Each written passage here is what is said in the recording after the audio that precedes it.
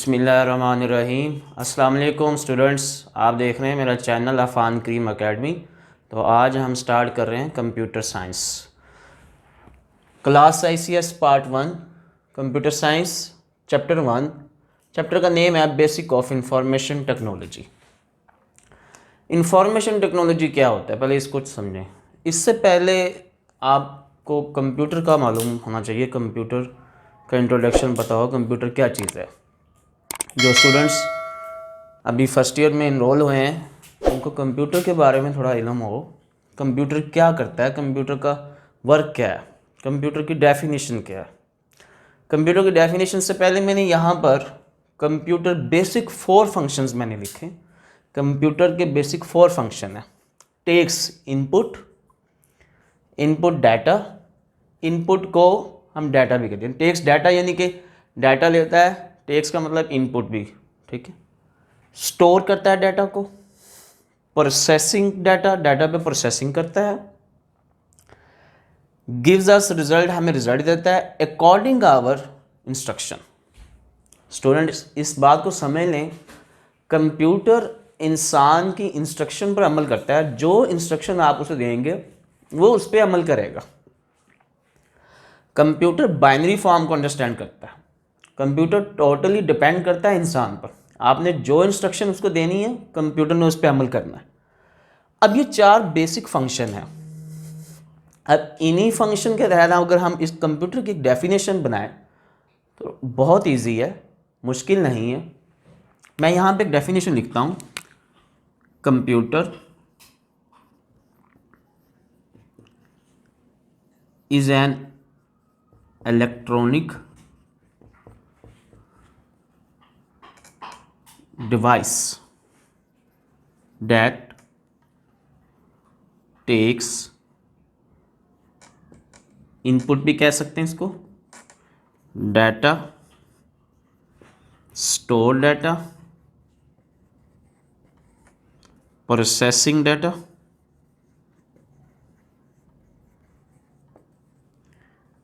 And gives us result according our instruction।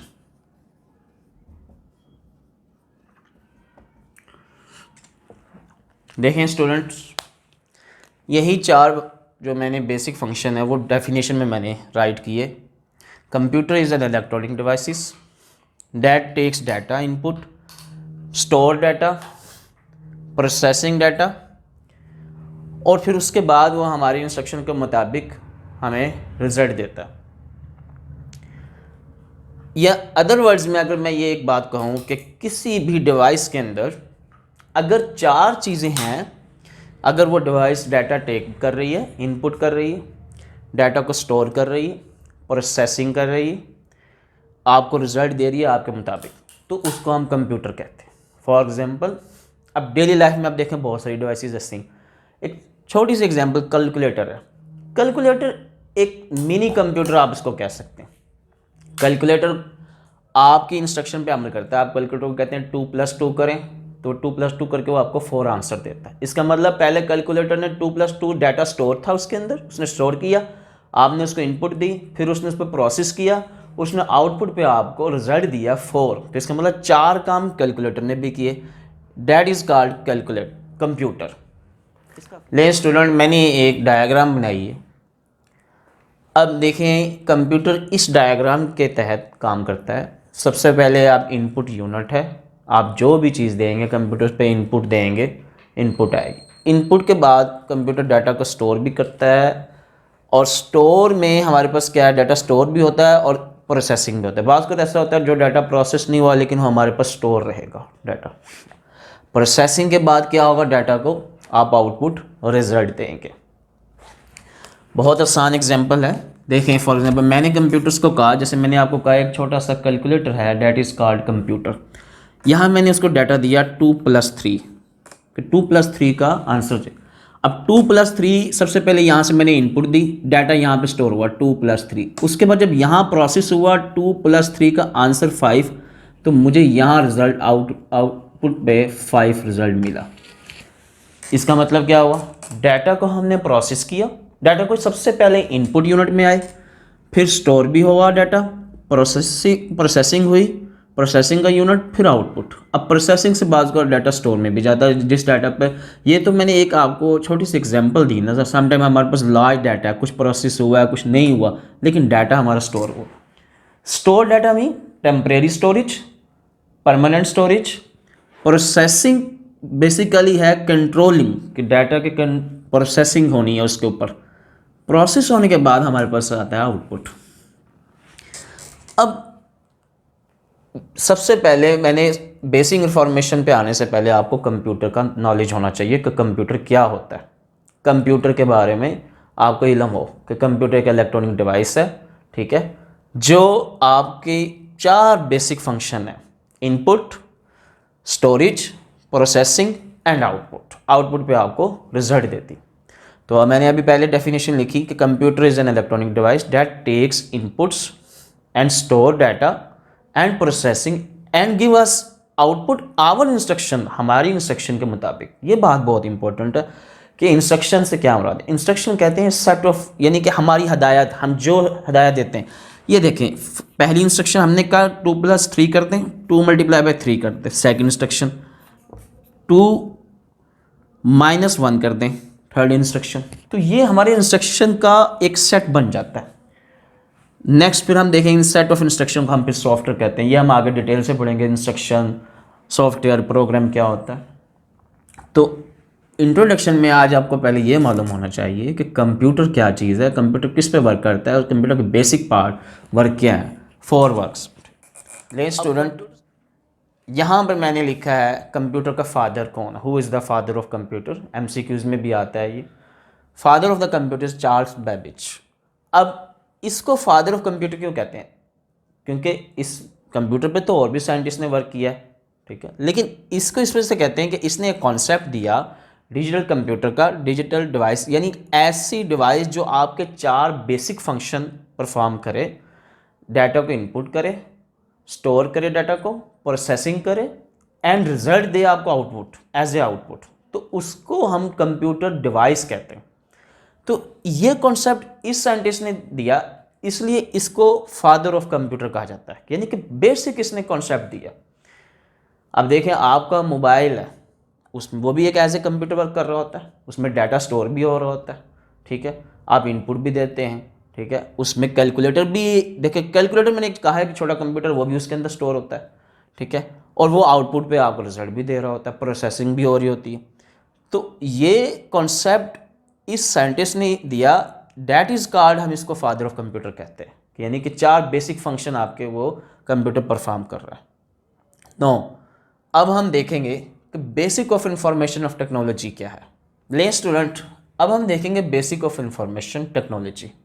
Information एक अलग है, टेक्नोलॉजी एक अलग वर्ड। सबसे पहले देखें इंफॉर्मेशन क्या होती है।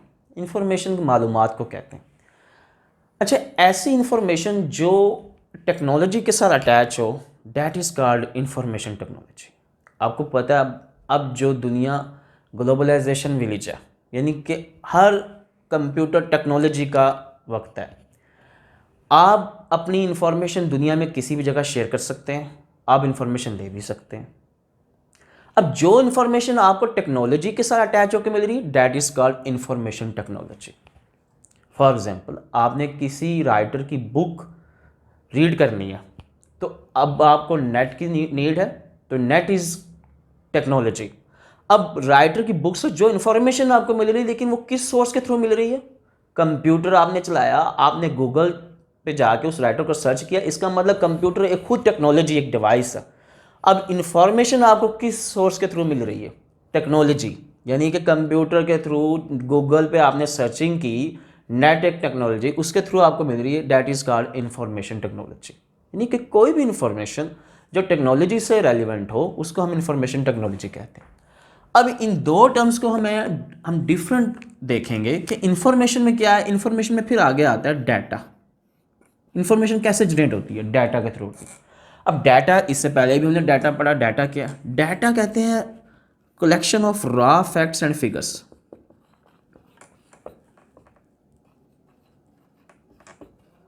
रॉ फैक्ट्स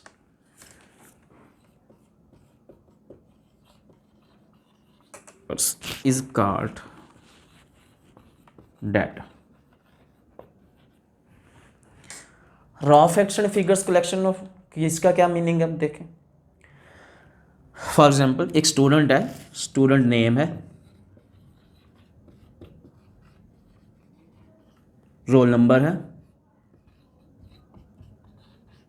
आईडी है, एड्रेस है, तमाम डाटा है स्टूडेंट के बारे में। That is called raw facts and figures. ये इस सब चीज़ को हम कहते हैं डाटा। और जिस डाटा पे आप प्रोसेस करते हैं, आपके पास डाटा है, उस पर आप प्रोसेस करते हैं कुछ, यानी कि प्रोसेस फॉर्म में जो डाटा होता है, उस चीज़ को हम कहते हैं इंफॉर्मेशन। फॉर एग्जांपल, अगर कॉलेज में कोई गवर्नमेंट की या किसी भी यूनिवर्सिटी की टीम आ गई है और वो ये चेक करते हैं कि आपके पास फर्स्ट ईयर के स्टूडेंट्स कितने हैं जिनकी कंप्यूटर साइंस है, तो अब सबसे पहले आपको एक टास्क दे गया, ये डाटा है, आपने डाटा इकट्ठा करना है, स्टूडेंट्स, वो स्टूडेंट इकट्ठा करने हैं जिनके कंप्यूटर साइंस को। जब उस पर आप वर्क करते हैं, आप एंड में इंफॉर्मेशन देते हैं। फॉर एग्जांपल 2000 स्टूडेंट्स हैं जो कंप्यूटर साइंस के हैं। इसका मतलब एंड में आपने सिर्फ एक इंफॉर्मेशन दी, आपको डाटा दिया, आपको डाटा प्रोवाइड कर दिया गया कि ये क्लासेस हैं, सेक्शन है फर्स्ट ईयर के। अब आप देखें फर्दर कितने स्टूडेंट्स हैं, आपने उनकी काउंटिंग की और बता दिया। जो आपको टास्क प्रिंसिपल देते हैं, आपने बता दिया कि 2000 स्टूडेंट्स हैं। तो इसका मतलब है कि जिस डाटा पे प्रोसेस हो, डैट इज़ कॉल्ड इन्फॉर्मेशन। अब इन्फॉर्मेशन की डेफिनेशन देखना और आसान हो जाएगी हमारे लिए। आपको कि इन्फॉर्मेशन की डेफिनेशन फिर क्या हुई? A processed form of data is called information, यानी ऐसा डाटा जिस पर आप कुछ प्रोसेस करते हैं, डैट इज़ कॉल्ड इन्फॉर्मेशन। देखें, इसकी एग्जांपल मैं आपको यूँ देता हूँ। एक कॉलेज है, उसमें जब स्टूडेंट्स अपने एडमिशन करवाने आते हैं तो स्टूडेंट्स का नेम लिखा जाता है और एक रोल नंबर उनका असाइन किया जाता है कॉलेज की तरफ से, और एड्रेस लिखा जाता है। अब स्टूडेंट्स जो अपनी मालूमात दे रहा है, इन्फॉर्मेशन दे रहा है, कॉलेज के लिए वो एक डाटा है, वो रॉ फैक्ट्स एंड फिगर्स है, यानी कम्बिनेशन ऑफ डाटा, यानी जिसमें नेम है, एड्रेस है, फादर का नेम है, ठीक है, उसका सारा डाटा लिखा जा रहा है। जब हम कॉलेज वालों से पूछेंगे कि आपके पास कितने स्टूडेंट्स हैं फर्स्ट ईयर के, सेकंड ईयर के कितने स्टूडेंट्स हैं, तो कॉलेज वालों ने तो डाटा लिखा होगा अपने सारे रजिस्टर्स में या ऑनलाइन आप उन्होंने डाटा कहीं डाटाबेस में डाला होगा। तो जब वो हमें फाइनल फुल फ्लेज इन्फॉर्मेशन देंगे एंड पे कि हमारे पास 2000 स्टूडेंट फर्स्ट ईयर के हैं, 1000 स्टूडेंट हमारे पास सेकंड ईयर के हैं, उनमें से 500 स्टूडेंट हमारे पास कंप्यूटर साइंस के हैं, 500 हमारे पास साइंस, फिजिक्स, केमिस्ट्री, मैथ के हैं, तो डैट इज़ कॉल्ड इन्फॉर्मेशन। वो इन्फॉर्मेशन है कहाँ, क्योंकि उन्होंने उस पर प्रोसेस किया, उन्होंने काउंटिंग की, उन्होंने देखा, वो डाटा उनके पास पड़ा हुआ था। तो इसमें अगर देखें, आपके पास अगर डाटा लॉस हो जाए तो इन्फॉर्मेशन फिर करना, इकट्ठा करना फिर मुश्किल है, इन्फॉर्मेशन बनाना मुश्किल है, क्योंकि डाटा तो फिर आपको कलेक्ट करना फिर एक आप दोबारा से। लेकिन अगर आपकी इन्फॉर्मेशन लॉस हो जाए तो कोई मुश्किल नहीं, डाटा तो आपके पास पड़ा है, आप इन्फॉर्मेशन को दोबारा जनरेट कर सकते हैं। देखें स्टूडेंट, अभी इन्फॉर्मेशन हमने देखा कि इन्फॉर्मेशन क्या होता है। जैसे मैंने आपको बताया है कि किसी भी स्टूडेंट्स का डाटा, कोई भी चीज़ है, रॉ फैक्ट्स एंड फिगर्स जो है, कोई डाटा है, उस पर जब प्रोसेस करते हैं तो उसको इन्फॉर्मेशन कहते हैं। अब इन्फॉर्मेशन टेक्नोलॉजी क्या होगा, इस चीज़ को समझें। अब ऐसा डाटा, ऐसी इन्फॉर्मेशन जो हम कंप्यूटर को यूज़ करके इस्तेमाल करते हैं, कंप्यूटर को यूज़ करके हमें मिलती है, ये कंप्यूटर के थ्रू हमें मिलती है, that is called information technology. क्योंकि टेक्नोलॉजी का यूज़ हुआ इन्फॉर्मेशन। देखें, एक इन्फॉर्मेशन ऐसे है जो आप मैनुअली आप फाइल्स में भी बना सकते हैं, आप डाटा आपके पास है, आप उसमें से प्रोसेस करते हैं खुद से और आप इन्फॉर्मेशन दे देते हैं। अब एक काम ऐसा है जो बाय कंप्यूटर के थ्रू आपको कंप्यूटर से हेल्प होकर मिल रहा है। अब यहाँ मैंने एक डेफिनेशन लिखी है इन्फॉर्मेशन टेक्नोलॉजी की, it is the use of computer, यानी कि ऐसी इन्फॉर्मेशन जिससे हमें कंप्यूटर को यूज़ करके मिलती है, फिर हम उसमें वही क्या करते हैं, कंप्यूटर का वर्क, वही बेसिक फंक्शन आ जाते हैं, स्टोर करते हैं, रिट्रीव करते हैं, ट्रांसमिट करते हैं, मैनिपुलेशन कहते हैं, हम डाटा में चेंजेस करते हैं। हमारे पास डाटा है, उस डाटा में हमने कंप्यूटर्स को यूज़ किया, हमने स्टोर किया डाटा को, हमने रिट्रीव भी किया, हमने ट्रांसमिट की, उसमें मैनिपुलेशंस की, चेंजेस की, देन उसके बाद हमने इन्फॉर्मेशन जनरेट की, that is called information technology. तो हमारे पास ले स्टूडेंट, हमने बेसिक, आज हमने कंप्यूटर का इंट्रोडक्शन पढ़ा, कंप्यूटर इंट्रोडक्शन मैंने आपको इस पर से बताया, जो स्टूडेंट्स नए इनरोल हुए हैं फर्स्ट ईयर में उनको कंप्यूटर के बारे में इल्म हो। फिर हमने बेस इन्फॉर्मेशन देखा, इन्फॉर्मेशन को हमने डिटेल से देखी, फिर हमने इन्फॉर्मेशन टेक्नोलॉजी की डेफिनेशन देखी। नेक्स्ट हम कंप्यूटर्स के जो दो मेन पार्ट्स हैं, कंप्यूटर दो मेन पार्ट्स में डिस्ट्रीब्यूट हुआ है, सॉफ्टवेयर एंड हार्डवेयर, उसको हम डिटेल से पढ़ेंगे। तो आज के चैनल लेक्चर देखने का बहुत शुक्रिया स्टूडेंट्स। मेरी आपसे छोटी सी रिक्वेस्ट है कि आप मेरे चैनल को सब्सक्राइब करें और बेल आइकन को प्रेस लाजमी करें। उससे ये होगा हम जैसे नई वीडियो अपलोड करेंगे तो आपको उसका नोटिफिकेशन मिलेगा। और